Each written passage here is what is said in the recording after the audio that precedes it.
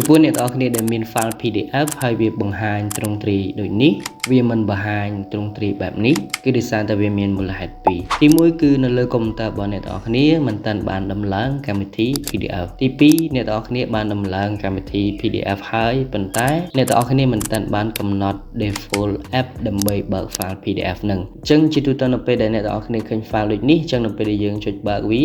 ចឹងវាតែងបង្ហាញនៅលើ browser ណាមួយនៅក្នុងកុំព្យូទ័ររបស់យើងដំណោះស្រាយទី1បើសិនបើអ្នកទាំងអស់គ្នាមិនទាន់បានដំឡើងកម្មវិធី PDF នេះទេអ្នកទាំងអស់គ្នាអាចធ្វើការដំឡើងបានហើយទីសាស្ត្រទី2បើសិនបើយើងដំឡើងកម្មវិធីនឹងហើយ file PDF របស់យើងនៅតែបង្ហាញទ្រង់ទ្រីដូចនេះអញ្ចឹងអ្នកទាំងអស់គ្នាអាចកំណត់ឲ្យវាចេញជាទ្រង់ទ្រី file PDF ដូចនេះបានអញ្ចឹងដំបូងអ្នកទាំងអស់គ្នាចុចមកខាងស្ដាំនៅលើ file PDF ណាមួយហើយបន្ទាប់មកយើងយកពាក្យថា open withហើយបន្តមកយើងមើលមកខាងក្រោមយកពាក្យថា choose another app បាទបន្តមកវានឹងបង្ហាញបែបនេះហើយបន្តមកយើងរើសកម្មវិធី PDF របស់យើងដែលយើងបានដំឡើងមកបាទហើយបន្តមកអ្នកទាំងគ្នាចុចពាក្យថា always